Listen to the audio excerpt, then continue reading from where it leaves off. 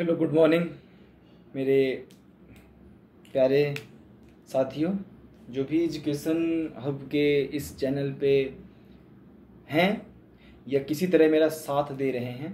मैं बहुत बहुत स्वागत करता हूं उनका अपने इस छोटे से परिवार में। मैंने इम्पोर्टेंट फैक्ट्स की जो सीरीज़ शुरू की है उसका मैं ये नेक्स्ट पार्ट लाया हुआ हूँ, नेक्स्ट वीडियो में लाया हुआ हूँ।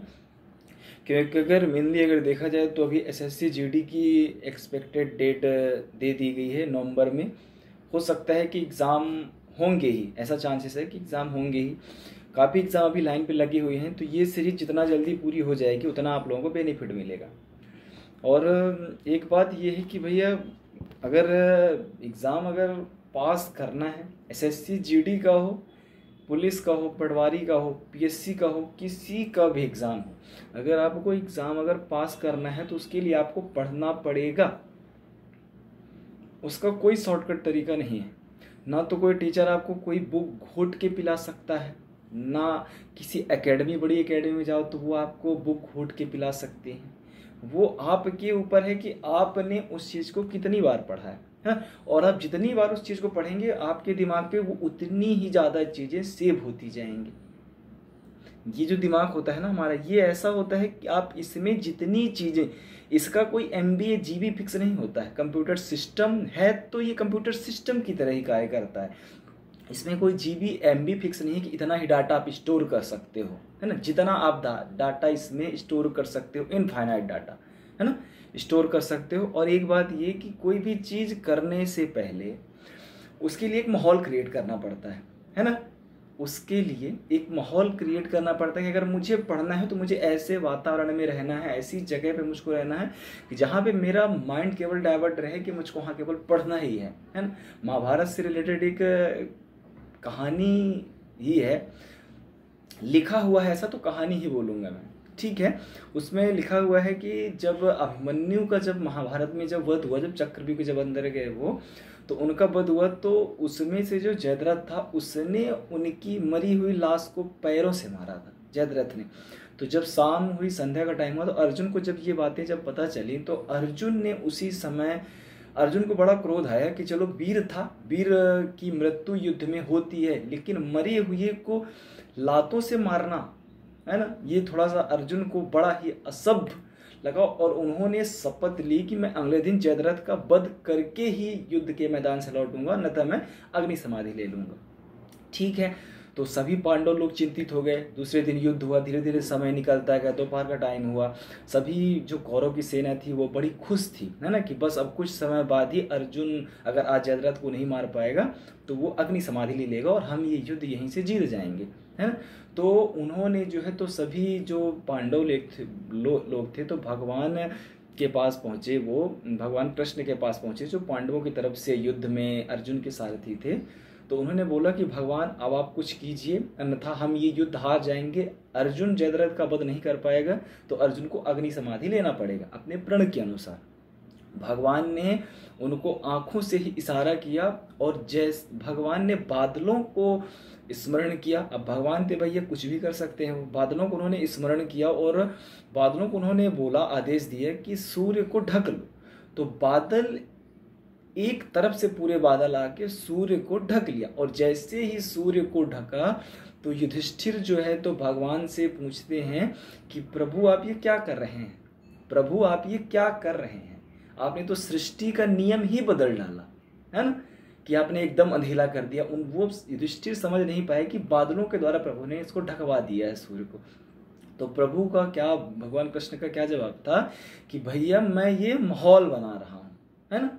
तो किसी चीज़ को करने के पहले एक माहौल बनाना पड़ता है। और जब माहौल बना तो कौरवों की सेना में से जो भी जयद्रथ थे और भी सब उतर के अपने रथ नीचे आ गए और अर्जुन को देख के हंसने लगे कि अब समाधि लो, अब अग्नि समाधि लो।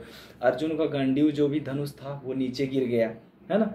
फिर जो है तो जयद्रथ भी अपने रथ से उतर के अर्जुन के जस्ट सामने आ गया और प्रभु भगवान कृष्ण ने जो है तो बादलों को आदेश दिया और बादलों ने सूर्य को छोड़ दिया।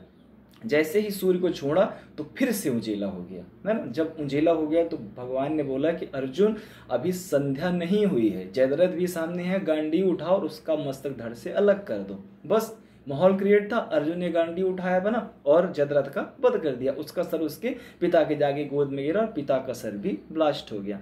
तो मेरा मतलब इस कहानी का बताने का मतलब यह है कि किसी चीज़ को करने से पहले एक माहौल व्यक्ति को बनाना पड़ता है। अगर सपना अगर तुमने देखा है तो उसको करने की ललक भी तुम में होनी चाहिए, है ना, उसको करने की ललक तुम में होनी चाहिए। मैं एक मोटिवेशनल कोट है जो मुझे काफ़ी पसंद आता है, मैंने अपनी दीवार पे लगाया हुआ भी है कि सपना एक देखो मुश्किल हजार आएगी, सपना एक देखो मुश्किल हजार आएगी, लेकिन वो मंजर बड़ा खूबसूरत होगा, लेकिन वो मंजर बड़ा खूबसूरत होगा जब कामयाबी शोर मचाएगी।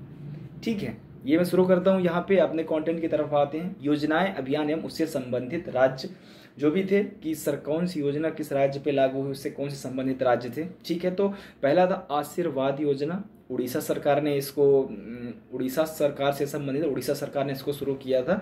मुख्यमंत्री उद्यमी योजना बिहार सरकार ने शुरू किया। जहां वोट वहां टीकाकरण अभियान दिल्ली सरकार ने शुरू किया। युवा शक्ति कोरोना मुक्ति अभियान मध्य प्रदेश सरकार ने शुरू किया। अनुप्रति कोचिंग योजना, अनुप्रति कोचिंग योजना राजस्थान सरकार ने शुरू किया। मुख्यमंत्री किसान मित्र ऊर्जा योजना राजस्थान सरकार ने शुरू किया। अंकुर योजना मध्य प्रदेश सरकार ने शुरू किया। मुख्यमंत्री शिशु सेवा योजना असम सरकार ने शुरू किया। बाल सहायता योजना बिहार सरकार ने शुरू किया। वात्सल्य योजना उत्तराखंड सरकार ने शुरू किया।